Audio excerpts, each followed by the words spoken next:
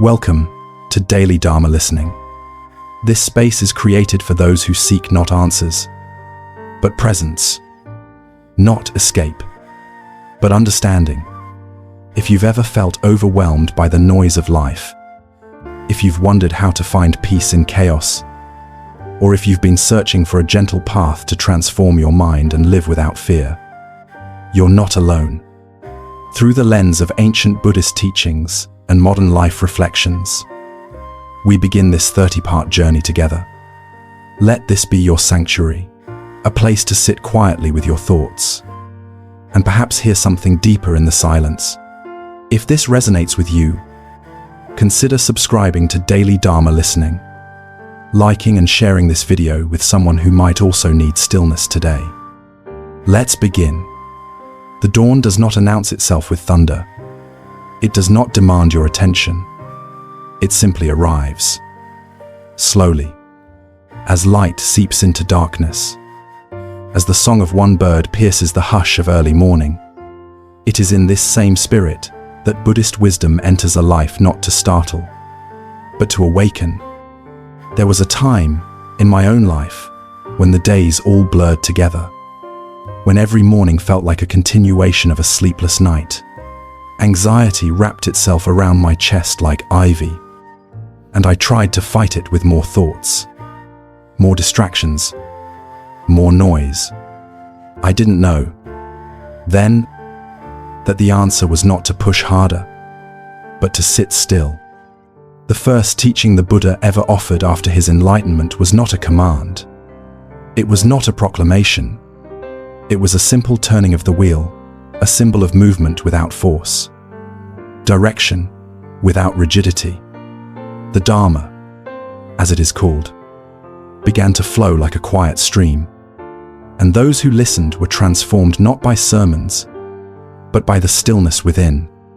If you are new to Buddhism, if you are seeking Buddhism for beginners, do not worry about understanding everything at once. You do not need to master the Eightfold Path tonight or memorize Pali scriptures. You only need to be willing to listen, not just to these words, but to your breath, your heartbeat, the quiet ache behind your eyes. In this attention, you are already practicing. The modern world moves fast. Every second, we are bombarded by updates, alerts, comparisons. We are asked to be productive, impressive, visible. And yet the Buddhist path invites the opposite. Become invisible to the ego. Be unimpressive to the world. Rest deeply in your own being. There is an old parable of a man crossing a river. He builds a raft to get across, carefully lashing logs together with vines. The raft carries him to safety, and he is so grateful that he considers carrying it on his back as he continues his journey. But the Buddha asks, why carry something that was only meant to serve a purpose for a time? Let it go. In the same way, many of us carry old thoughts, old identities, old stories. I am not good enough. I must always achieve. If I stop trying, I will fall behind. These are mental rafts constructed from childhood, from culture, from fear. But if we truly wish to find peace in chaos, we must learn to set these rafts down. The practice of mindfulness is not complicated, but it is subtle. It is not about controlling the mind, but observing it. When you feel anger, notice it arise like thunderclouds. When sadness visits, feel its shape without shrinking. When joy surprises you, let it bloom fully without gripping. This is how you protect your energy, not by armoring yourself, but by seeing clearly. Clarity is the great protection. Many ask how to stay calm and positive when the world feels heavy. Buddhist teachings offer no guarantee of happiness, but they do offer freedom from unnecessary suffering. The Buddha did not deny pain. He saw through it.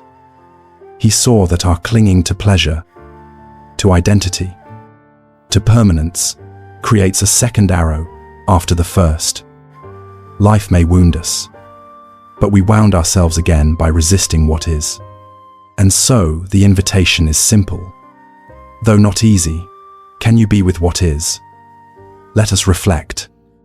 The next time you sit in traffic, instead of reaching for your phone or resenting the delay, observe your breath. Watch how the body responds. Tension in the jaw, a tightening in the chest.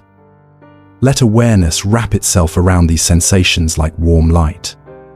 You are not escaping. You are entering into the truth of the moment. This is how Buddhist lessons for anxiety begin, not with medication or mantras, though both can help, but with courageous awareness. Anxiety is not the enemy. It is a messenger. It often arises when we are too far ahead in imagined futures. The mind rushes, but the body stays behind. Bring them back together through breath. Try this now. Inhale slowly and exhale even slower. Feel how the world does not end when you slow down. Feel how you begin again in the pause. This is not a technique to master. This is a home to return to. There is a line often repeated in Buddhist circles. When the student is ready, the teacher appears. But sometimes, the teacher is not a person. Sometimes, it is heartbreak. Sometimes, it is stillness. Sometimes, it is that moment when you are so lost, so unsure, that all your plans fall away, and all that remains is breath. These are the moments when Buddhist reminders shine brightest.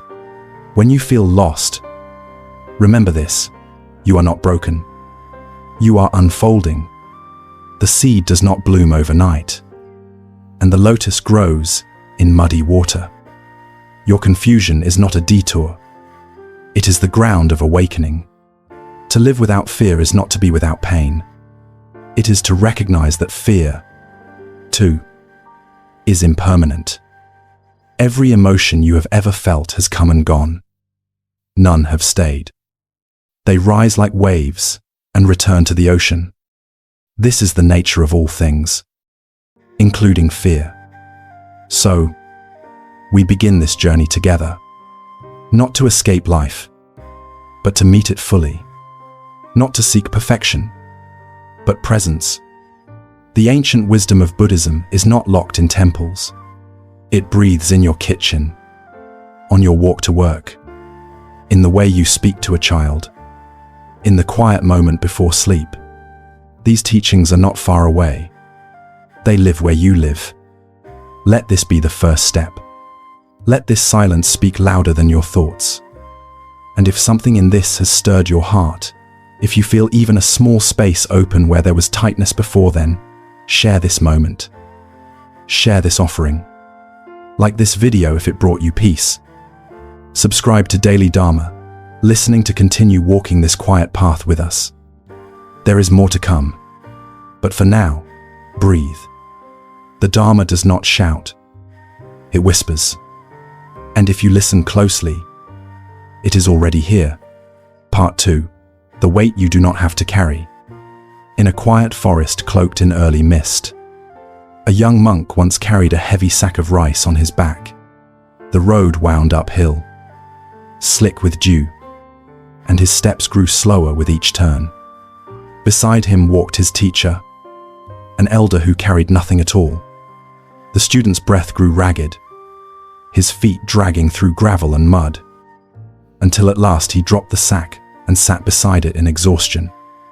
Looking up with frustration, he asked, "Why do I carry this weight while you walk free?" The teacher replied gently, "Because you still believe it is yours to carry." So many of us walk through life bearing burdens that are no longer ours. Grudges like stones hidden in our hearts. Regrets like worn cloth we drape over our shoulders each morning. Expectations tied to our backs by voices long gone silent. And yet, Buddhist teachings remind us again and again, what we cling to becomes our suffering. The letting go, not the holding on, is the path toward peace. Each day we wake, we are offered a choice: to carry yesterday forward, or to meet today as it is. Most of us do both. We open our eyes, and already we reaching for our phones, our plans, our opinions of what should be. But rarely do we pause to ask, what am I bringing with me that is no longer needed? In Buddhism, this inquiry is sacred. It is not a denial of responsibility or a dismissal of past pain. It is the invitation to examine the weight itself, to ask whether the thing you are carrying is truly helping you walk this path, or whether it is slowly grinding your spirit into the dust. To find peace in chaos is not to erase the chaos, it is to see clearly within it, to become still in the storm. There is no better time for this than now. The world pulls us in 1,000 directions, each one louder than the next. Algorithms, notifications, bad news delivered in bright colors. In such a world, stillness is not passivity. It is defiance. It is protection. Protect your energy, not by walling yourself off from life, but by choosing wisely where you place your attention. Every time you scroll past your own breath to chase someone else's story, you lose a little piece of presence. Every time you rehearse an argument that already ended, you abandon this moment for a shadow of another. And every time you think, I must keep going or I will fall behind, you forget that your true path has never been a race, but a returning. Returning to what? To yourself, to your breath, to your quiet knowing. The Buddha taught that suffering comes not from pain itself, but from our attachment to it, our belief that things must be different, or that we must fix everything before we are worthy of rest. But what if rest is not a reward, but a foundation? What if you do not have to earn your stillness? What if it is your birthright? There is a story of a woman named Kisagotami who lost her child and was consumed by grief. She went to the Buddha, pleading for a medicine that would bring her son back. He told her to find a mustard seed from a household that had never known death. She searched every home, but found no such place. In time, she understood the truth, not through instruction, but through direct experience. Grief, too, is part of life. Not a punishment, not a personal failure, just a thread in the great weaving of being. How many of us carry grief silently, believing we must hide it to be seen as strong? But Buddhist wisdom offers another way: to grieve with presence, to allow sorrow to pass through without becoming it. This, too, is transformation, not by force, but by surrender. To live without fear does not mean you are never afraid. It means you do not let fear dictate your steps. When fear arises, can you meet it like a visitor at your gate? Offer it tea. Sit with it. Listen, but do not let it build a home in your heart. Many seekers come to Buddhism asking how to stay calm and positive in the face of uncertainty. The answer is not a trick or affirmation. It is this: remain close to what is real. Your breath, your body, the sensation of wind on your face, the ache in your spine, the laughter of a child across the street. These are your anchors. These are your reminders. When you feel lost, do not look outward for a map. Look inward for the compass. Buddhist reminders, when you feel lost, often come disguised as silence, as stillness, as the absence of clarity. They are not punishments, but pauses, spaces where your identity is invited to fall away so that something deeper may emerge. In the absence of knowing who you are, you remember what you are. And what you are is vast. When the Buddha spoke of no self, he was not denying our experience, he was liberating it. You are not your job. Not your name, not your achievements or mistakes. You are awareness itself. And this awareness is not small. It is not fragile. It does not panic when thoughts arise. It simply sees. Imagine your mind as a clear lake. Thoughts are leaves drifting on its surface. You do not need to stop the leaves from falling. You need only stop stirring the water. That is the heart of practice. In daily life, this means creating small rituals of returning, washing your hands with awareness, drinking tea as though it is the first cup, walking without headphones, just you and the world. These are not escapes from responsibility. They are responsibilities of the soul. One moment of full presence can transform your mind more than a year of running on autopilot. So let us begin to release. Not all at once, but piece by piece. The anger you inherited from a father who never taught you how to cry. The guilt from choices made in younger, more desperate years. The shame of not being enough in a world that profits from your insecurity. These are not truths. They are passing weather. Let them pass. You do not have to carry them.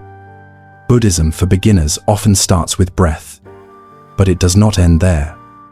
It becomes a way of seeing, a way of touching life with reverence, a way of offering presence in a world starving for it. When you walk into a room with peace in your eyes, you change that room. When you speak with intention, you give others permission to pause. When you suffer consciously, you become a lighthouse for those drowning in unseen storms. This is not a philosophy to memorize. It is a path to live. And so we walk.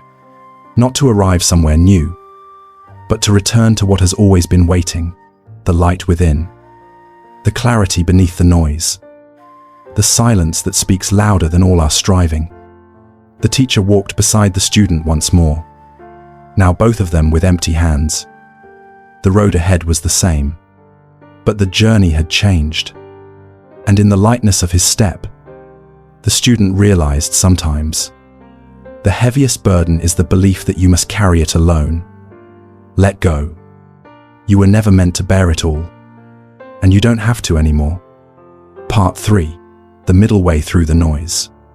In a dusty village where the river ran thin and the wind whispered through bamboo groves, an old monk once sat at the edge of a road, eyes half closed, neither in sleep nor in waking. A traveler passed by, and, seeing the monk unmoved by the loud cartwheels, the shouting merchants, or even the barking dogs nearby, asked, "Why do you sit when the world races by?" The monk smiled without opening his eyes and replied, "I do not sit against the world. I sit within it." This moment, like a grain of sand in a storm, is easy to overlook. We are trained to seek the extraordinary, to chase the crescendo, to glorify movement. But the Buddhist path calls us to the middle, where silence speaks, where the heart listens, where peace is not a place we arrive at, but a way we walk. The middle way, as the Buddha taught after his own years of deep asceticism and indulgence, is not compromise. It is clarity. It is the refusal to be swayed by extremes, the craving for more, and the fear of less. To walk the middle way is to stand in the center of your life without collapsing into drama or floating above difficulty. It is to be fully here, fully human, yet deeply rooted in something timeless. Today, the noise comes not just from carts and markets, but from glowing screens and the unceasing hum of judgment, our own and others. How can we find calm when surrounded by endless comparisons, criticism, and demands? How do we protect our energy when every notification feels like an invitation to react? Begin here. Begin with the breath you're holding now without noticing. Let it go, not forcefully. Just release. And in that simple release, Feel what it is to let go of what doesn't serve you. That's not just a phrase, it's a practice. Most of what burdens us isn't what's happening. It's our resistance to what's happening. We wish the moment was different. We wish the feeling would go away. We wish the person had said something else. But resistance is the second arrow. The first arrow is pain. The second is our story about it. The third is our identification with that story. And the fourth, our habit of retelling it. To transform your mind is not to decorate your thoughts with prettier affirmations. It is to meet thought with awareness, to notice without clinging, to observe without drowning, to say, here is worry, and let it pass like a cloud over a mountain. Mountains do not chase clouds. They stand. In Buddhist teachings, we are reminded that the mind is like a monkey swinging from one branch of thought to another. But we are not the monkey. We are the sky in which it swings. So ask yourself now, gently, what is swinging through my sky? Is it fear, desire, regret? And then ask, can I let it move without grabbing it? There is deep healing in not reacting, not ignoring, not suppressing, but simply not reacting. Reaction is the root of suffering. It is our refusal to trust the unfolding. But response, that sacred pause between stimulus and action, is where wisdom lives. Buddhist wisdom isn't abstract. It is in the choice to pause before speaking harshly. It is in the decision to close your eyes for 2 minutes when your heart begins to race. It is in the courage to be kind when others are cruel. These are not small things. These are the very transformations we long for, disguised in everyday form. You want to know how to stay calm and positive in chaos. Practice being where you are, not where you wish you were, not where you think you should be, but right here. Sit with your child when they cry, not just to stop the crying, but to truly be with the moment. Wash the dishes as if they are sacred, because they carry the touch of your life. Walk slower, speak less, listen more. This is the path. It may seem simple, but simple does not mean easy. You will forget.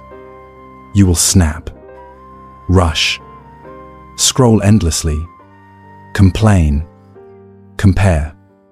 And when you do, remember this too is part of the path. Not a detour, not failure, but a call to return. Return to breath. Return to center. Return to this middle place where things are enough. How much of our suffering comes from the belief that this moment is not enough? I should be further along. I shouldn't feel this way. If only things had gone differently. These thoughts are subtle thorns. They press into our skin and make us restless. But Buddhism for beginners, and for the most advanced among us, always begins in the same place, the present. The present is not an idea. It is a place you inhabit, a place you come back to over and over again. Like a monk, sweeping the same stone path every morning, not because it is dirty, but because in the sweeping, the mind is cleaned. So sweep. Sweep your mind gently with breath. Sweep your heart with kindness. Sweep your thoughts with non-judgment. This is how we find peace in chaos, not by making the chaos disappear, but by cultivating stillness within it. And when anxiety visits because it will, do not see it as failure. See it as a bell. Buddhist lessons for anxiety remind us that worry is often a signal that we are over-identifying with the future. Our minds have leapt ahead of our bodies. The practice is to reunite them. Feel your feet. Notice the air. Let your shoulders drop.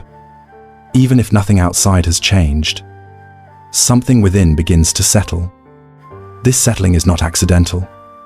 It is cultivated. And like all cultivation, it requires patience. In a monastery garden, there is a rock raked each morning into perfect patterns, even though the wind will soon scatter them. Why do the monks rake it? Not for permanence, but for presence. Each line is a practice, each breath a return to live without fear. We must make peace with impermanence. That is the heart of Buddhist insight. All things change. All things pass. To cling is to suffer. To release is to be free. And yet releasing does not mean apathy. It means engagement without control. It means loving without possession. It means living fully with the awareness that nothing can be held forever. And in that truth, everything becomes more precious. A cup of tea, a shared laugh, a quiet morning. These are not small gifts. They are everything. Buddhist reminders when you feel lost will often not be loud. They may arrive as a leaf falling, a breeze on your skin, the sound of your own heartbeat reminding you, you are here. You are enough. You have not strayed beyond the path. You are the path. So walk with tenderness. Speak with care. Sit in silence when words are not needed. The middle way is not a line drawn in compromise. It is a space carved in compassion. And within it, you are held. You are not here to be perfect. You are here to awaken. And every breath, every pause, every gentle return is enough. Let that be your offering. Let that be your peace. Part 4. The fire you don't have to feed. It is said that in a distant land, an old sage once walked barefoot across burning sands, carrying nothing but a bowl of water and a string of beads. When asked how he managed to remain calm in the heat, while others collapsed in panic and thirst, he answered softly, "Because I do not fight the fire, I do not feed it." This was not a metaphor. It was a living truth. He knew something that most of us forget. Not all fires are meant to be extinguished. Some must simply be left unfed. There is a fire inside all of us. You have felt it rage when someone wrongs you, jealousy when another succeeds, fear when things spin out of control. The flames leap before you even understand why. And then, without meaning to, you feed the fire with thought, with reaction, with words flung in haste, with silent stories repeated like mantras. I am not enough. They do not respect me. Life is unfair. Each thought is fuel, and so the fire grows. But Buddhist teachings remind us, again and again, that we are not the fire. We are the space in which it burns. We are not the pain, not the craving, not the fear. We are the awareness that sees them. And in seeing clearly, we can choose.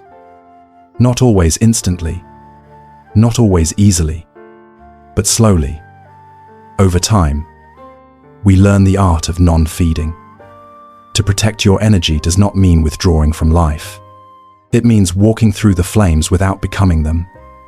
It means refusing to add wood to a fire that only consumes your own peace. The anger that feels righteous today may burn your heart to ash tomorrow.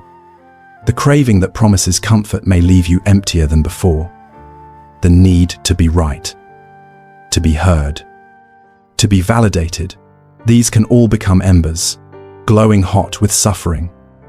And yet, there is another way. It begins with the breath. Always. It begins there. When you feel the heat rising in your chest, when your hands clench and your mind begins to spin, pause. One breath. Not to fix anything, not to suppress, but to witness. To say silently, "Ah, this is anger, not my anger, not justified anger, just anger. This is the path of the watcher, the one who transforms their mind, not through suppression, but through clarity, through being the sky, not the storm.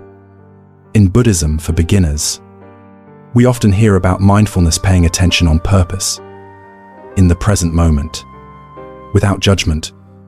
But mindfulness is not merely a mental exercise. It is a way of living, a way of placing your hand on the door of your own heart and knocking gently. Are you in there? Still? Are you safe? To live without fear is not to be free from pain. It is to trust that you will not be destroyed by what arises. It is to know that every fire, even the ones that feel unbearable, eventually burns itself out when starved of fuel. And so, you feed it less. You engage more slowly. You speak with intention. You sit, sometimes in silence, while the fire asks you to dance. This is strength, not the strength of force, but the strength of stillness. In a world that rewards reactivity, that applauds outrage, that profits from your constant engagement, the simple act of not reacting is a revolution. The act of breathing and saying, "Not today, I choose peace," is a return to yourself, a return to sanity. The Buddha spoke of the three poisons: greed, hatred, and delusion. They are the fires that rage in the mind when left unattended. But he also spoke of their antidotes: generosity, compassion, and wisdom. These are not lofty ideals. They are daily practices. When anger arises, practice compassion, not because the other person deserves it, but because you do. When jealousy bites, practice generosity, not just in giving, but in celebrating another's joy as your own. When confusion clouds your path, sit with wisdom, not by seeking new information, but by trusting the still voice within that says, "You are already whole." You see, to find peace in chaos is not to reorganize the world around you. It is to reorder the world within you, and that ordering is not control. It is attention. Attention is the most powerful currency of your life. Wherever it flows, life grows. If you place it on pain, pain multiplies. If you place it on beauty, gratitude blooms. Where is your attention right now? Not 5 minutes ago. Not tomorrow. Now, breathe. Let this moment be enough. Let this silence be a doorway. Let it be a reminder that you are not broken, not behind, not failing. You are unfolding, and even the fire you feel is part of your awakening. How many times have you been told to stay positive when all you felt was the weight of existence pressing in? Buddhist wisdom doesn't ask you to ignore the weight. It invites you to carry it differently, to sit with it, to honor it, and then, when ready, to place some of it down. There is no rush. The lotus does not bloom because someone told it to hurry. It blooms because it is time, and so will you. You do not need to strive for enlightenment. You need only stop pouring gasoline on your own suffering. Stop feeding every thought that says you are unworthy. Stop believing every narrative that ends in shame. Let them burn out, quietly. As you sit in the truth of your being, this is how you transform your mind, not through violence, but through gentleness, through noticing, through non-feeding. And in this non-feeding, something remarkable begins to happen. The world becomes softer, not because it changes, but because your resistance lessens. People are still rude. Plans still fail. The sky still clouds. But you are no longer tangled in the storm. You stand at the edge of it. You breathe. You choose. And sometimes, you even smile. Because you remember, you are not here to be consumed. You are here to witness, to learn, to grow. You are here to love, even when it's hard, especially when it's hard. So the next time you feel the fire rise, pause, see it, name it. Do not feed it. Return to breath. Return to the ground beneath your feet. Return to the part of you that has always been watching, always been waiting, always been free. This is the practice. Not once, not perfectly, but moment by moment, breath by breath, fire by fire, until one day you realize there is nothing left to burn. Part 5. When letting go becomes your greatest strength. There is a story told quietly among the old villages of the East about a man who came to the Buddha carrying a small bag of gold and an even heavier bag of sorrows. He had wealth, status, a family name revered by many, and yet his face was grey with weariness. He bowed before the Buddha and asked, "Master, I have gained all, yet I feel as though I carry a mountain. What must I do to find peace?" The Buddha looked at him with compassion and replied simply, "Let go." The man, puzzled, said, "But Master, if I let go, I will lose everything." The Buddha smiled. "You are not asked to let go of what you have. You are asked to let go of what holds you." This lesson, like many in the Dharma, does not come wrapped in complexity. It is not dressed in riddles or scriptures. It is quiet, simple, and yet, it is perhaps the most difficult teaching to truly live. Because letting go is not just an act of the hands. It is an act of the heart, and the heart so used to holding, gripping, clinging resists release with all its might. Letting go is not weakness. In the language of the awakened, it is the highest form of strength. It is the moment when you stop rowing against the river and finally allow the current to carry you. It is the gentle unfurling of fists long clenched in defense. It is the courage to be empty, to be uncertain, to be present. In Buddhist teachings, clinging is the root of suffering, not because what we cling to is bad, but because clinging itself is an illusion. We try to hold on to youth, onto love, onto reputation, onto moments that have already passed like wind through an open window. And in that grasping, we create tension. We turn life into a struggle rather than a flow. How many of us hold on to the past like a precious jewel, forgetting that the jewel is made of memory, not truth? We replay conversations, regret decisions, wish for alternate outcomes. But the past, no matter how vividly remembered, cannot be touched.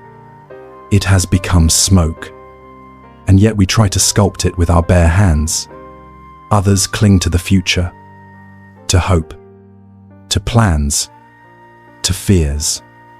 We stare into the horizon, waiting for things to align, for peace to finally arrive when the promotion comes, when the partner stays, when the pain subsides.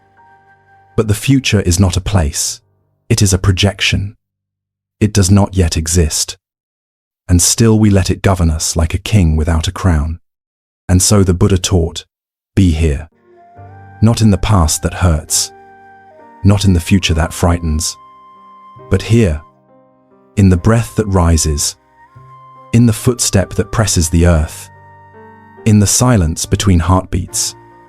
This is where life is. This is where liberation begins. To live without fear, then, is not to live without risk. It is to accept that everything you love will change, that everything you build will someday dissolve, that even your own body will return to dust, and to love anyway, to build anyway, to live anyway with tenderness, not attachment, There is a Zen saying, "Let go or be dragged." It is not a threat. It is a reminder. If you do not release your grip, life will still move, but it will drag you, bruised and breathless, through each twist and turn. But if you let go, if you trust the letting, you may find yourself gliding where once you were grinding. This does not mean apathy. It means intimacy without ownership, effort without expectation, presence without possession. A mother who loves her child deeply, but allows him to become who he must be, that is letting go.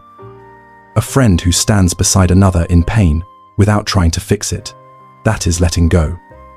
A worker who gives her all to a project, but does not anchor her worth to its success, that is letting go.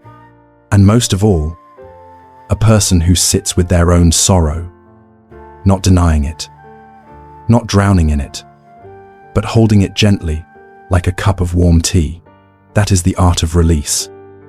Buddhist wisdom teaches us that the root of all things joy, suffering, peace is impermanence.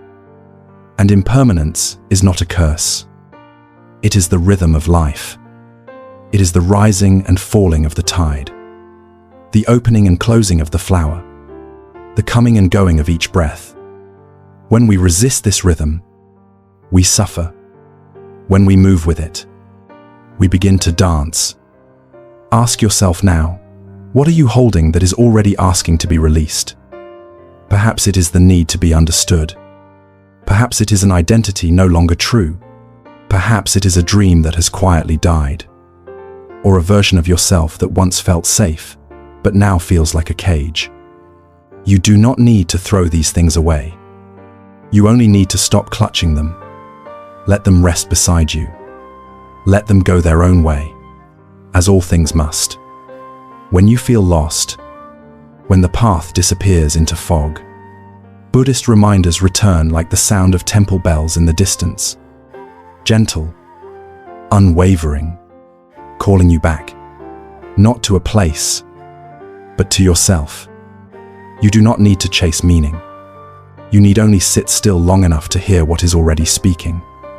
In stillness, you will begin to see that letting go is not the end of the journey. It is the beginning. The hands that no longer cling are free to receive. The heart that no longer resists is open to joy. The mind that no longer judges can finally rest. And what you discover in this resting is that you are not empty. You are spacious. You are not void. You are vast. In the letting go of all you thought you were, you meet the truth of what you are: awareness, unbound and luminous. So do not be afraid to let go of people, of beliefs, of expectations, of outcomes. Let go with grace. Let go with love. Let go not because you are giving up, but because you are giving yourself back to the breath, to the moment, to the simple miracle of being. You are not here to hold everything together. You are here to be held by what is already whole. If this message finds you, and your heart feels even slightly lighter than before, consider offering this peace to others. Like, share, or subscribe to Daily Dharma Listening, and let this quiet path grow in all directions. May we walk it gently, together, step by step, breath by breath, release by release. And may each letting go lead you not into emptiness, but into light. Part 6. The sound beneath the silence. In the early hours before the world awakes, when the streets are still resting beneath the last veil of moonlight, there is a kind of silence that breathes. Not the absence of noise, but the presence of stillness. It is not empty, it is full. In such a moment, if one listens closely, there is something beneath the quiet. A sound so subtle, so soft, it cannot be heard with the ears. It is the hum of awareness itself, the sound beneath the silence. This is the space where the Dharma begins to speak, not with words, not with teachings printed on scrolls, but with the gentle unfolding of presence. In this sacred quiet, the heart begins to hear what the mind has long drowned out. Much of modern life is built on volume, not just sound, but pressure. The pressure to become, to prove, to know, to speak. We live in a culture of declarations. Everyone must have an opinion, a platform, a polished self. And in the midst of this collective performance, silence can feel like failure. But in Buddhist teachings, silence is not what remains when there is nothing left to say. It is what arises when there is finally nothing more that must be said.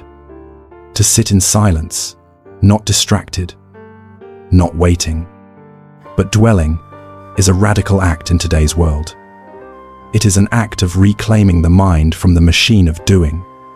It is how we begin to find peace in chaos, not by rearranging the noise, but by stepping beneath it, into the still chamber of awareness where all things are held without judgment. And yet, to sit in silence is not easy. It is in silence that our shadows rise, that the mind turns wild, that all the buried fears, regrets, desires, and longings emerge like ghosts at dusk. This is why many avoid stillness. It is not boring, it is honest. And honesty, when we are not ready for it, can feel like fire. But Buddhist wisdom does not ask us to silence the mind. It asks us to stop believing it. The mind will speak. That is its nature. But you are not the one speaking. You are the one listening. This realization changes everything. If you are the listener, then thoughts are simply guests. They come, they speak, they go. Some are loud and dramatic. Some are quiet and persistent. Some wear the mask of truth, but are built from fear. You do not need to silence them. You need only see them. To transform your mind is not to escape it. It is to become intimate with it, without being swallowed by it. It is to observe it like a stream flowing through the valley of your being, without needing to control where it goes. You are the valley, not the water. You are the sky, not the weather. In the teachings of Buddhism for beginners, one often encounters the concept of non-identification. This means we are not our thoughts, not our emotions, not even our roles. You are not the sadness you feel. You are not the anger that rises. You are not the story that says, "I am broken," or "I must fix everything." You are the vast, clear space in which all these arise. This space is always here. But we forget. We become entangled. We scroll for hours to avoid the loneliness. We fill our calendars to escape the stillness. We reach for validation because silence feels like invisibility. But what if silence was not your enemy? What if silence was your oldest friend waiting patiently for you to return? There is a reason Buddhist monks rise before dawn to meditate. Not to be productive, but to meet the mind before the world arrives. In those precious early hours, before the habits take over, there is a doorway. And on the other side of that doorway is you unadorned, untouched, awake. How do you walk through that doorway? Not by effort, not by will, by listening, by sitting, by allowing. Let your thoughts speak without needing to answer. Let your emotions move without needing to manage. Let your breath guide you, not as a technique, but as a thread pulling you gently inward. Inhale, exhale. Again, here you are, still, quiet, whole. The world outside may be spinning. News may be shouting. Problems may remain unresolved. But in this breath, You are not at war. You are at home. Protect your energy by retreating into this silence regularly. Not once a year, not once a week, but daily, even for a few minutes. Like returning to the well in the center of the village. The water is always there, but it must be drawn. Silence is your well. Presence is your rope. Breath is your bucket. And what you draw from that well is not emptiness, but clarity. The kind of clarity that does not come from thinking harder, but from releasing what clouds the seeing. When you feel lost, when the noise feels like 1,000 voices pulling you in 1,000 directions, do not seek more information. Seek less disturbance. Retreat into the sound beneath the silence. Buddhist reminders, when you feel lost, often come in these moments of surrender. You do not find your way by thinking your way out. You find your way by stopping, sitting, watching. The path appears when you no longer chase it. And if you wait long enough, if you soften your grip on the need to figure it all out, you will hear it, the gentle rhythm beneath the chaos. The breath, the heartbeat, the awareness that says, you are not alone. You are not broken. You are simply remembering. And what you are remembering is something ancient, something sacred. That stillness is not absence. It is presence. That silence is not lack. It is abundance. That you do not need to fill the space. You only need to enter it. So come, enter the silence not with expectation, but with reverence. Sit not to gain, but to remember. Listen not to escape the world, but to return to it more fully. And when you rise, do so slowly, like the sun across the horizon. Carry with you not the silence itself, but the depth it revealed. Speak less, feel more, move gently, live awake. The sound beneath the silence is not a sound at all. It is the pulse of the Dharma, alive in every moment, waiting to be heard by a mind quiet enough, a heart soft enough, and a soul ready enough to receive it. And in that reception, may you find what you have been looking for, not out there, but here, always. Here. Part 7. The path is not elsewhere. There once was a novice monk who came to his teacher in tears. His face was tight with frustration, his robe stained with the dust of distant roads. "Master," he cried, "I have traveled so far, sat in silence for so long, read every sacred text I could find, and yet peace escapes me. Where must I go to find the true path?" The teacher said nothing for a while. He picked up a single leaf that had fallen by his feet, turned it gently in his palm, and said, "The path is not elsewhere. Child, it is where your feet already stand." These words, soft as they were, hit the novice like thunder, for he had crossed oceans of effort, climbed mountains of practice, searching, always searching for something just beyond. And now he was told he had never left it. The path was beneath him the whole time, and so it is with many of us. We seek, we chase, we believe the life we desire is in the next job, the next relationship, the next breakthrough in understanding. We place our happiness into the hands of tomorrows not yet born. We imagine peace as a place, far off, perhaps reachable only if we walk perfectly, think correctly, sit just long enough in silence. But Buddhist teachings whisper a gentler truth. The path is not a destination. It is not a shrine we reach after years of worthy conduct. It is the very act of living with awareness. It is the breath taken in full presence. It is the tea brewed in mindfulness. It is the apology given sincerely, the boundary set firmly, the smile offered freely. These are not distractions from the path. They are the path. To live without fear is to understand that we are never far from what we seek. Fear thrives on the illusion of distance, that who you truly are lies somewhere beyond, perhaps hidden behind your flaws, perhaps in a version of yourself not yet perfected. But Buddhist wisdom, like the lotus that blooms from mud, tells us that awakening is not elsewhere. It is in this breath, this very moment.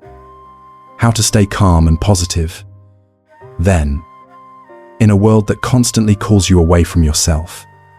Begin by realizing that your life is not in the scroll of a screen or the chaos of a feed. It is in the stillness between thoughts. It is in the space where your body meets the earth, where your eyes soften, where your shoulders drop. The world may continue to demand, but you are allowed to return to the present again and again, like a bird returning to its nest. There is no shame in forgetting. The practice is in the returning.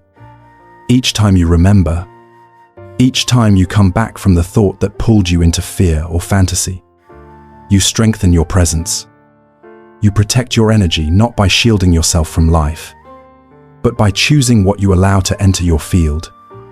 Not every thought deserves your attention. Not every emotion must be obeyed. You are allowed to observe without acting, to feel without drowning, to witness without becoming. This witnessing is not passive.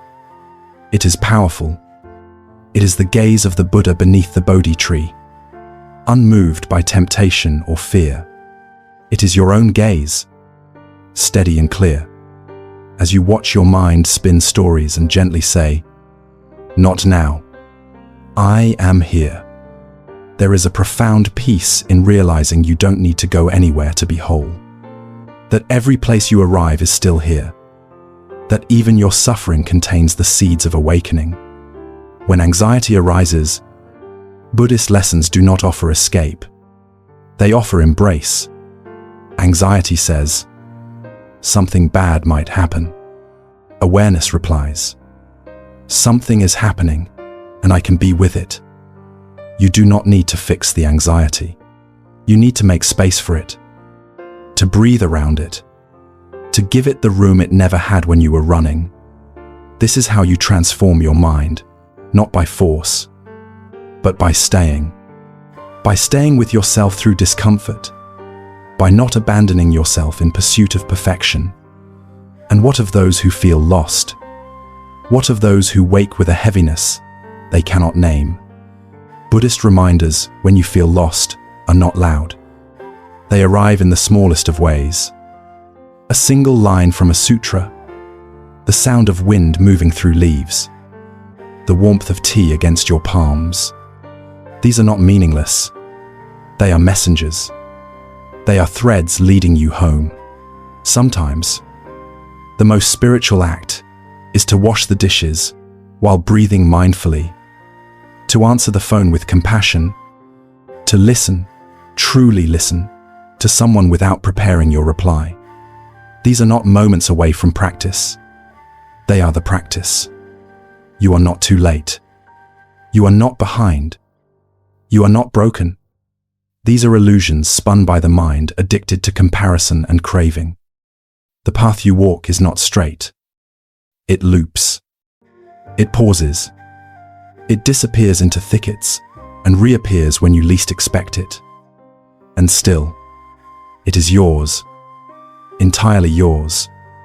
No one else can walk it for you, but you are never walking alone.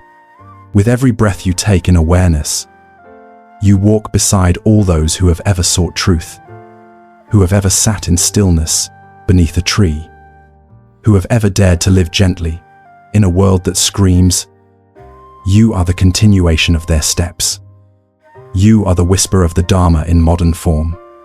So let go of the idea that the sacred is somewhere else. That peace will arrive when your schedule is clear or your mind is empty. Let go of the notion that you must be extraordinary to be awake. You need only be honest. You need only be willing to stop running and to sit with what is already here. And what is here? A breath, a body, a soul tired from chasing, ready to rest. The path is not elsewhere. It never was. It begins with where you are, right now, here. If these words found you like a quiet bell through the fog of daily life, and you feel the path beneath your feet more clearly now, you may offer this light forward, like a candle passed from one hand to another. It only grows in the sharing. Subscribe to Daily Dharma Listening, or share this with someone who may be ready to stop searching and start arriving. Let us keep walking, not to escape, but to return, not to become, but to remember. The path is not elsewhere. The path is you. Part 8. The Art of Being with What Is. In the ancient forest of Sarnath, under the murmuring shade of sal trees, an old teacher once said to his students, "To awaken is not to escape the world, but to remain deeply with it, to be utterly present even in discomfort, to be with what is, not only with what pleases you." The students listened, some in confusion, some in silence. But one among them asked, "Master, how do we stay with pain without drowning?" The teacher picked up a small bowl of water, held it out to the sky, and whispered, "You do not drown in water by touching it. You drown by resisting it." So begins one of the quietest and yet most transformative teachings of the Dharma, the art of being with what is. This is not a lesson that shouts. It does not come wrapped in transcendence or spiritual fireworks. It does not promise immediate relief, nor does it ask you to deny your suffering. It simply invites you to stop running, to sit, to feel, to see. How much of our lives are spent resisting what is? We are told, from a young age, that discomfort must be avoided, that pain must be cured, that sorrow must be hidden behind productivity. And so we grow into adults who flinch from sadness, who numb anxiety with scrolling and sugar and small distractions. We do not want to feel what is real. We want to replace it, reframe it, repress it. But Buddhist teachings do not avoid the human condition. They face it directly, with unflinching compassion. The first noble truth is not about transcendence. It is about suffering. The Buddha did not begin his path by turning away from pain. He began by acknowledging it. To live without fear, one must begin by being willing to sit beside fear, without trying to change it.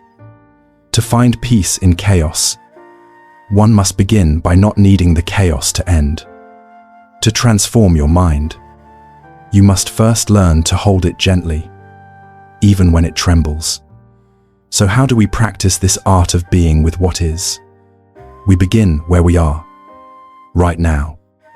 You are breathing, perhaps deeply, perhaps shallowly, but breath is there, like a quiet river running beneath the surface of your awareness. Close your eyes for a moment, if you can. Notice the breath moving in and the breath moving out. Do not try to improve it. Do not force it. Simply be with it. This is presence. This is the doorway. Now, bring your attention to whatever emotion lingers in you right now.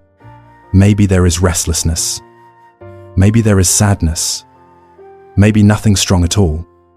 Can you let that be here, just as it is? No fixing, no naming, just being. In this space, you are not doing something extraordinary, but you are doing something radical. You are breaking the habit of resistance. You are choosing presence over performance. You are choosing life as it is, over life as you wish it to be. Buddhism for beginners often begins with meditation, not as a technique to gain peace, but as a mirror to see the mind. When you sit, you do not create calm. You uncover it. You do not produce wisdom. You clear the dust that covers it. and often, that dust is nothing more than the noise of unprocessed emotion. To be with what is means to allow each part of you to rise and pass. Like waves on a vast sea. Anger arises. You do not fight it. You watch it. You feel its heat. You breathe. Sadness arrives. You do not label it a weakness. You let it soften your bones. You breathe. Joy returns. You do not grasp it tightly, fearing its loss. You smile. You breathe. This is the rhythm of mindfulness, not controlling, but witnessing, not avoiding, but embracing. When we learn to be with what is, we also begin to protect our energy in profound ways. No longer pulled and torn by every passing thought or external judgment. We become centered. We become the mountain beneath the storm, the sky beyond the clouds. This is not detachment in the cold sense. It is intimacy without drowning. It is standing inside your life with open eyes, even when it hurts, especially when it hurts. Because Buddhist wisdom teaches us again and again that pain is not the enemy. It is a teacher. Suffering is not a punishment. It is an invitation. Each time you turn toward your experience rather than away from it, you reclaim your life. You say, I am not afraid to feel.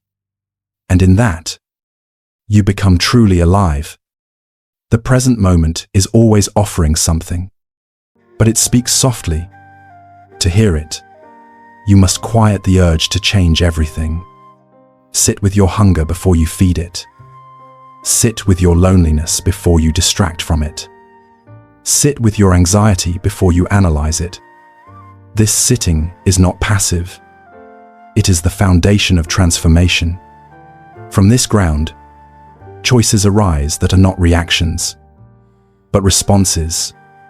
You learn when to act and when to rest, when to speak and when to listen, when to let go and when to hold. And this wisdom is not learned from books alone.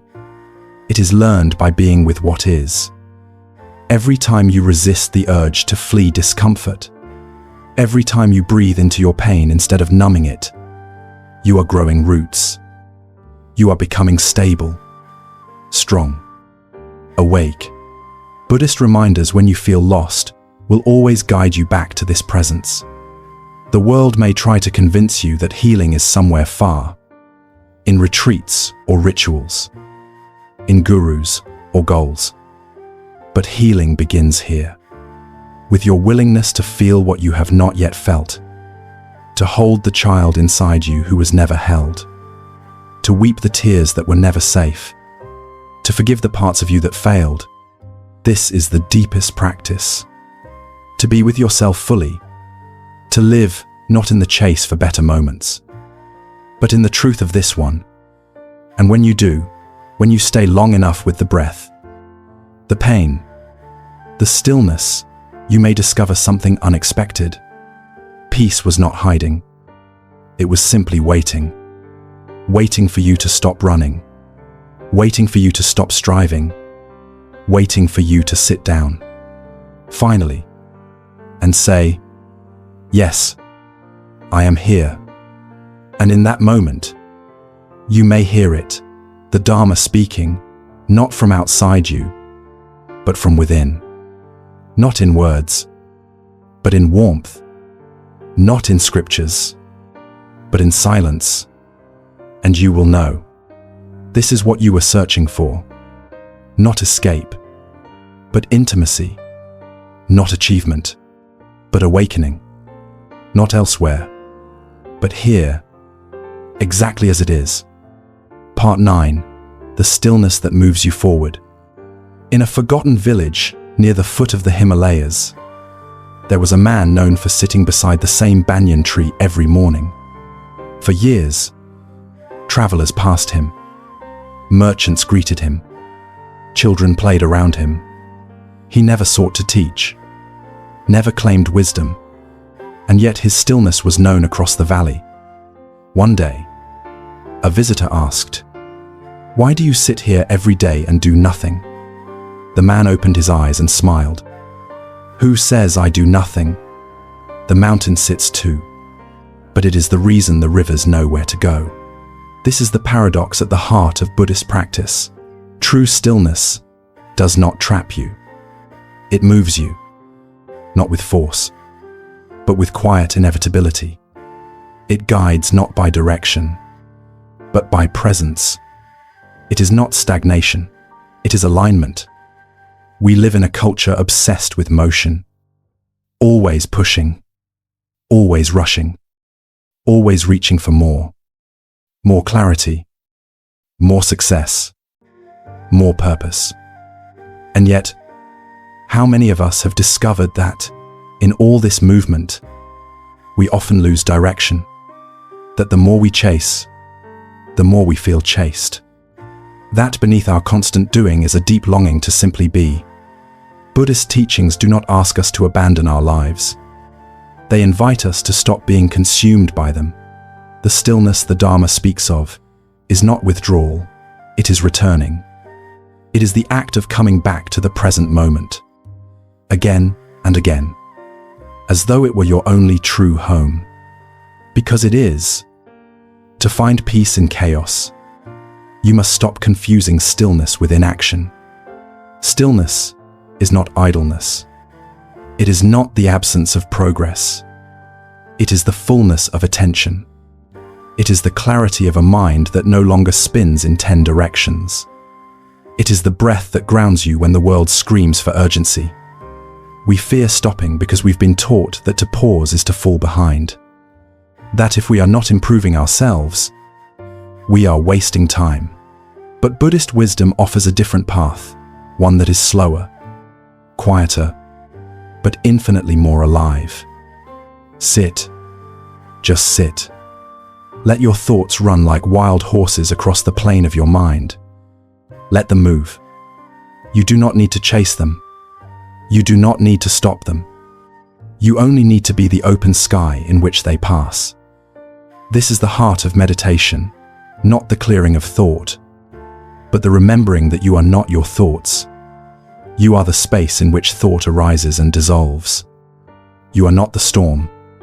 You are the awareness watching the clouds. This shift changes everything. To transform your mind, you do not need to become someone else. You only need to stop believing everything your mind says. You are not lazy because you need rest. You are not unworthy because you feel doubt. You are not failing because you are not constantly achieving. These are thoughts, not truths. When you sit in stillness, you begin to see how noisy the mind can be and how you do not need to obey its every command. You begin to see that anxiety is not a monster to be slain, but a wave to be witnessed. That sadness is not a darkness to run from, but a shadow cast by light.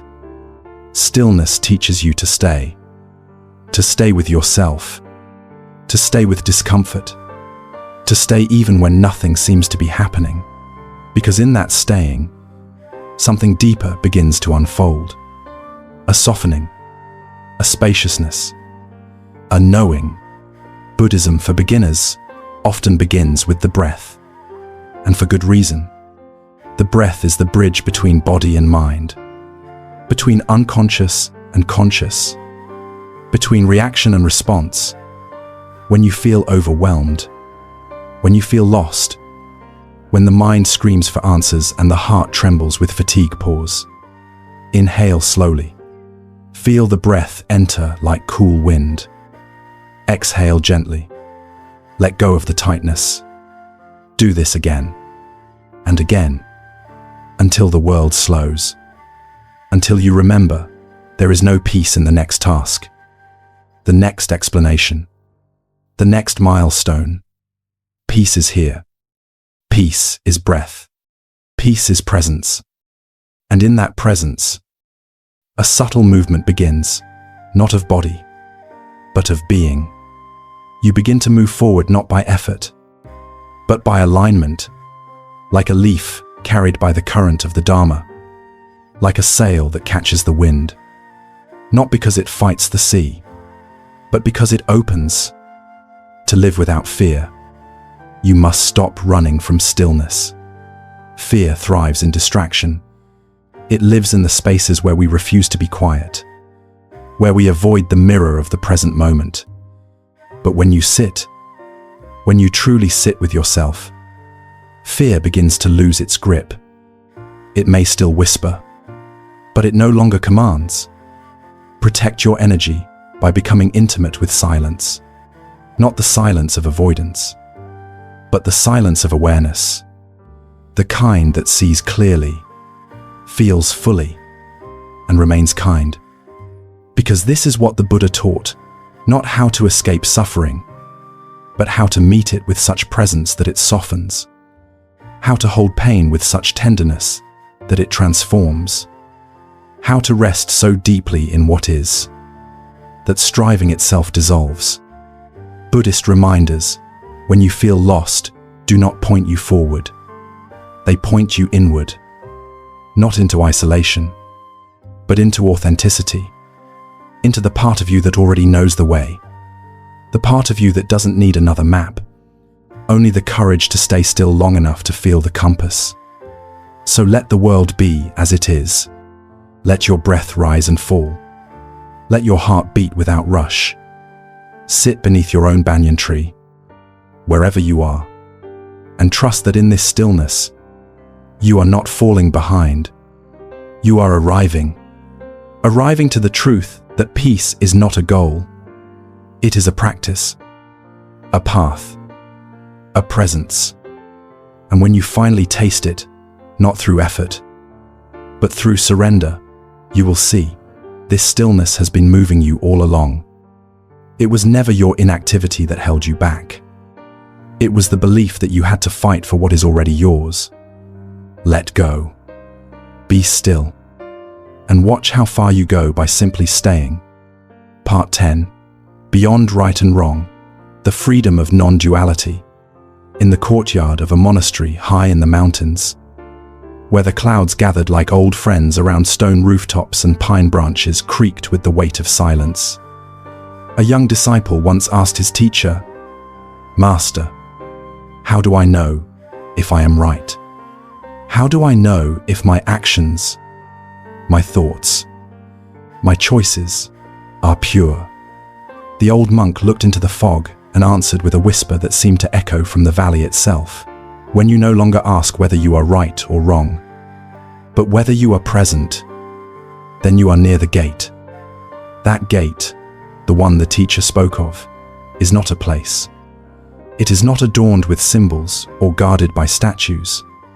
It is a state of seeing, a way of perceiving reality beyond the mental habits of duality, beyond right and wrong, good and bad, success and failure.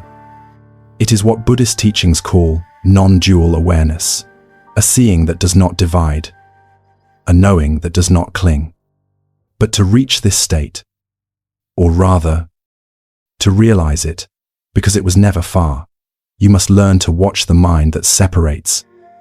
We all carry this mind, the mind that measures, the mind that compares, the mind that says, "This is me, and that is not me." The mind that creates distance between self and other, between now and then, between should and shouldn't. This mind is not evil. It is simply conditioned. It has been taught, over years and lifetimes, to slice reality into categories so that it may feel safe, in control, correct. But what if you could live without needing to be right?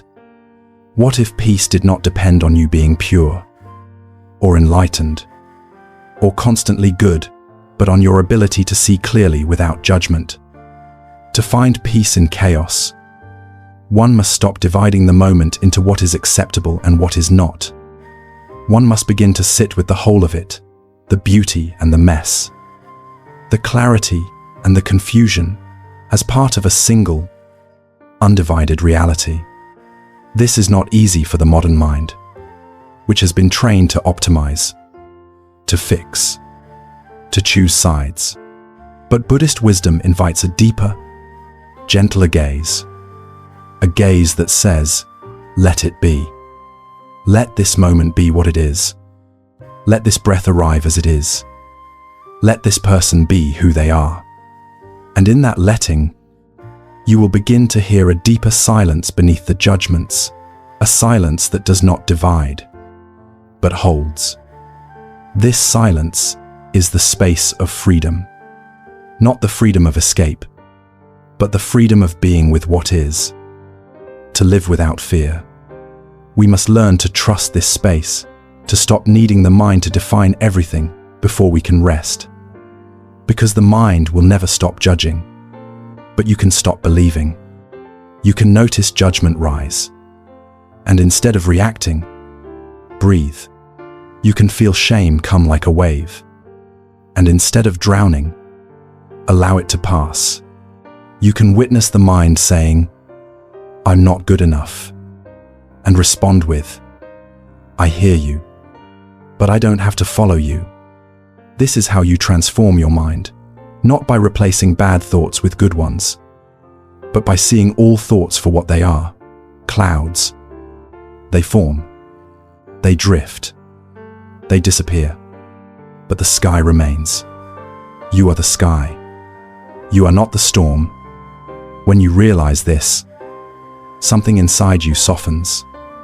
The need to prove, to argue, to control begins to dissolve. You no longer cling to opinions as identities. You no longer demand that the world reflect your ideals before you can relax. You no longer carry the heavy armor of righteousness. You begin to move through the world like water, gentle, clear, formless. This is the strength of non-duality. It does not make you passive. It makes you present. It does not strip away morality. It deepens compassion. Because when you stop seeing others as enemies, as wrong, as other, you begin to see their suffering. You begin to hear the pain behind their harshness. You begin to respond not with judgment, but with understanding. This is how we protect our energy. Not by building higher walls, but by letting go of the weapons we raise in our own minds, self-criticism, resentment, comparison. To sit in non-dual awareness is to rest in the middle of all opposites and no longer be torn apart.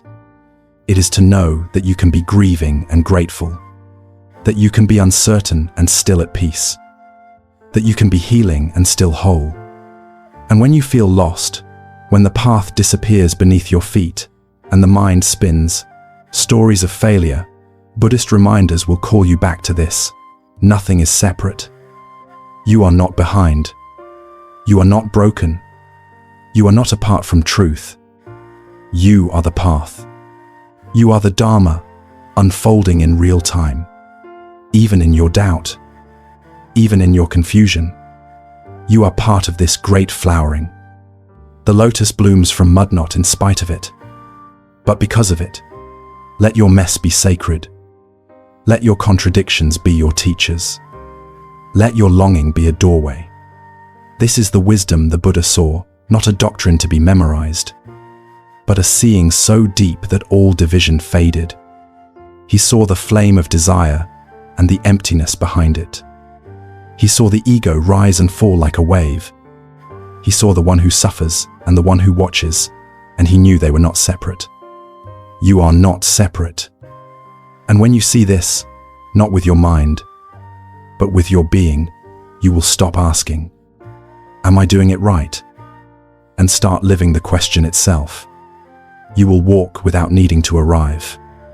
You will speak without needing to be heard. You will rest without needing to be fixed.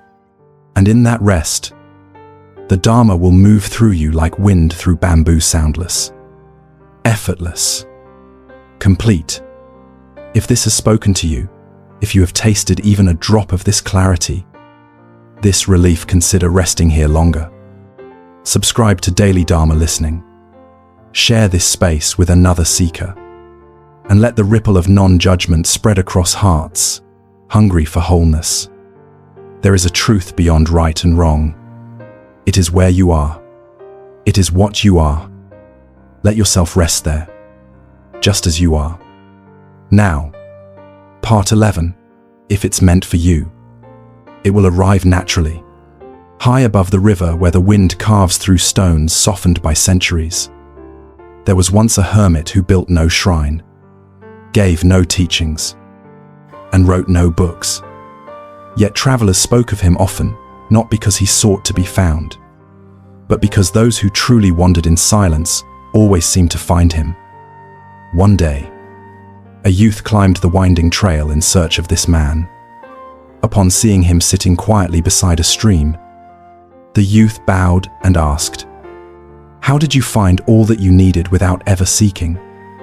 The hermit smiled, dipped his fingers in the current, and said, "The stream does not chase the ocean, yet the ocean comes." This is the heart of one of the most elusive truths in the Buddhist path. What is truly meant for you does not need to be forced. It arrives not by grasping, not by desperate seeking, not through anxious striving, but through deep presence, spacious awareness, and an inner stillness that aligns you with the unfolding of life itself. In the modern world, this teaching can sound foreign. We are taught that effort is the engine of success, that if you want something, you must go out and seize it, hustle harder, build faster, be louder. Yet so many chase with such fury and wake up tired, lost, and wondering why the peace they seek never settles into their bones. We are told to pursue happiness like prey, to fix our lives like broken furniture, to manifest every desire like a magician's spell. But Buddhist wisdom, ancient, grounded, enduring, offers a different invitation. Stop chasing. Start listening, not with your ears, but with your being. The Dharma does not teach passivity. It teaches trust. It teaches that when the mind becomes quiet, when the waters of grasping still, the reflection of truth appears. And in that truth, we see that what is meant for us will arrive, not on our timeline, not always in our preferred form, but with quiet certainty. To transform your mind is not to remove desire altogether, but to see its nature clearly, to recognize when longing arises from the illusion that something outside of you will complete what was never missing, to see when craving is born not from true resonance, but from fear of being empty. And so the path calls us back to the breath, back to the body, back to this moment, where nothing is missing and nothing needs to be added. When we return here, we begin to notice so much of what we thought we needed begins to fall away. Not because we gave up, but because we woke up. And in that waking, we find ourselves no longer chasing but being, no longer fixing but receiving, no longer striving but aligning. To find peace in chaos is not to escape the world, but to allow life to move through you without resistance, like wind through the grass, like moonlight on still water, like love that arrives when the heart is ready, not when the calendar demands it. So how do we live this way in the thick of modern existence? We begin by softening. We soften our grip on the future. We soften our plans with humility. We soften the voice inside that says, "You're falling behind," and whisper back, "There is nowhere to rush to." The river does not rush to the sea. It simply flows. And yet, it always arrives. When you feel lost, when life feels delayed or derailed, Buddhist reminders come like lanterns, lit in the dark. You are not behind. The unfolding takes time. Your task is not to control the timing, but to stay awake as you walk. There is an ancient teaching in the Lotus Sutra that says the rain falls equally on all plants. but each receives according to its roots. Some bloom quickly, others take years. Some grow tall, others stay near the ground.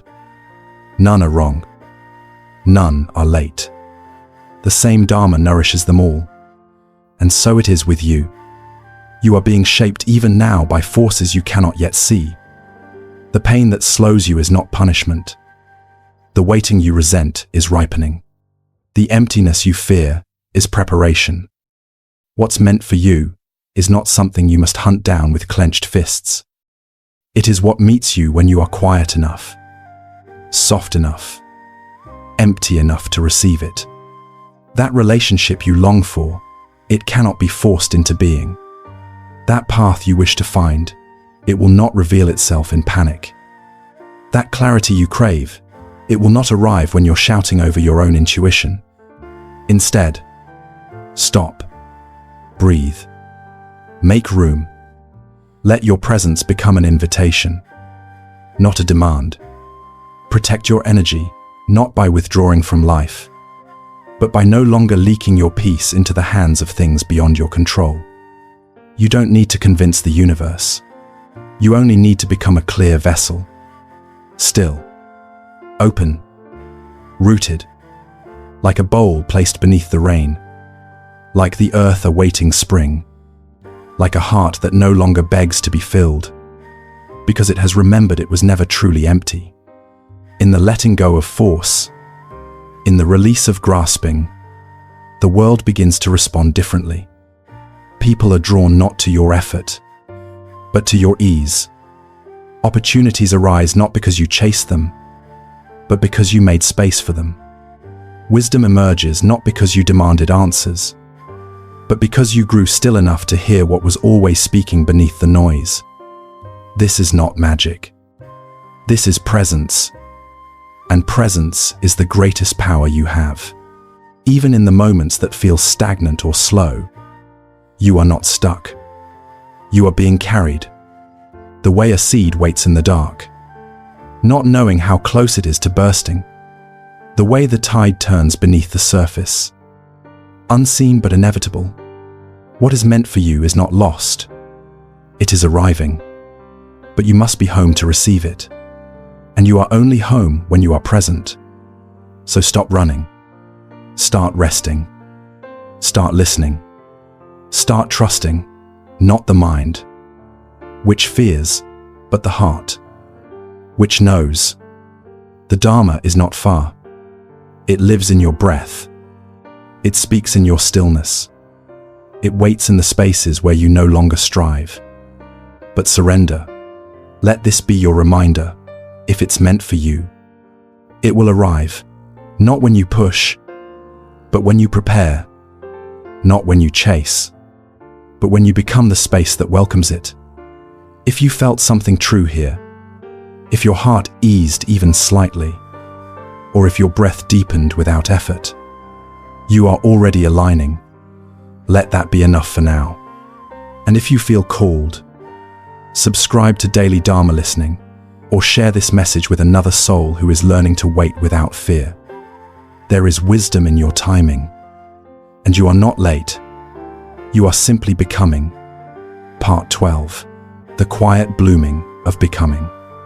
There is a flower that blooms not in spring, nor summer, nor in any season that the calendar names. It does not open because the world is watching. It does not need sunlight or applause. It blooms when it is ready, in the quiet shadow of its own rhythm, from soil nourished by time, and rain, and silence. No one sees its moment of unfolding. No one hears the sound it makes as its petals slowly unfurl. And yet, it blooms fully, truthfully, without hesitation. You are that flower. You are not here to perform growth for anyone's timeline. You are not here to meet someone else's idea of progress. You are not here to chase after worth. You are already blooming inwardly, invisibly, in ways the world may never notice. But the Dharma sees, clearly and compassionately.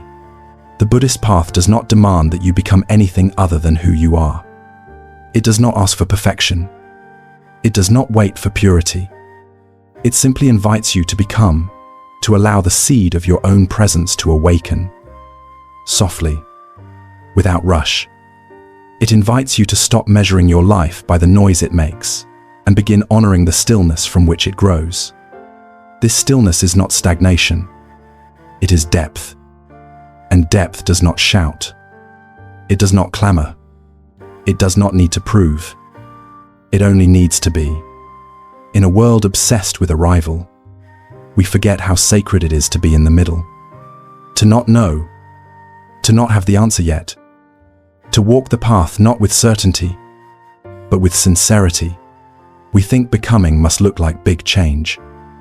But in Buddhist wisdom, becoming is often subtle.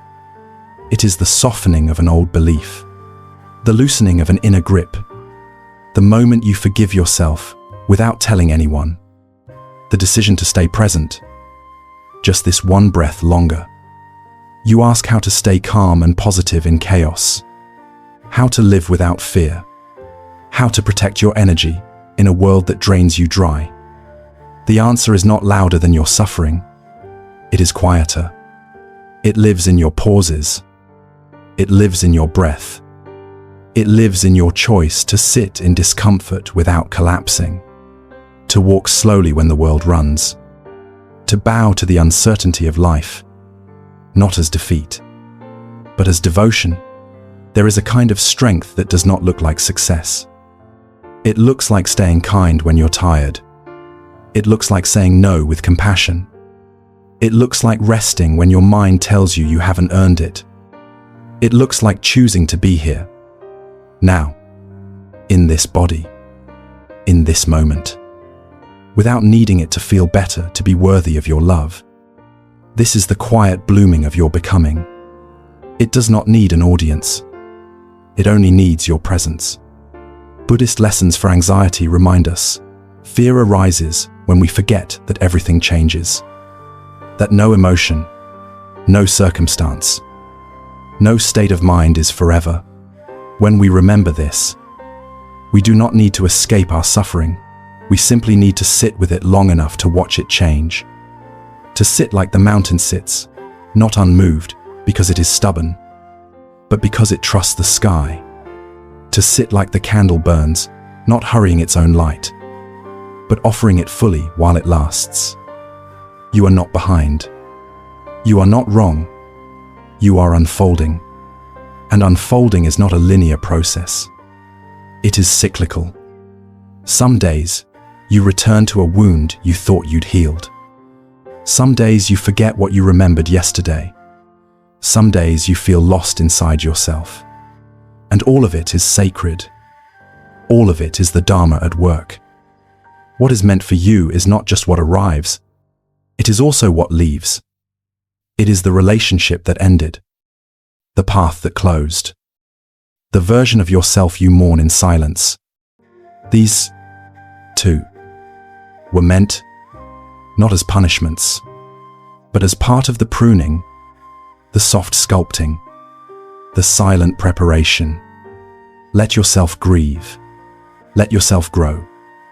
Let yourself be held by something deeper than logic, by the very truth that breathes the trees and carries the tide and calls you, always, back home.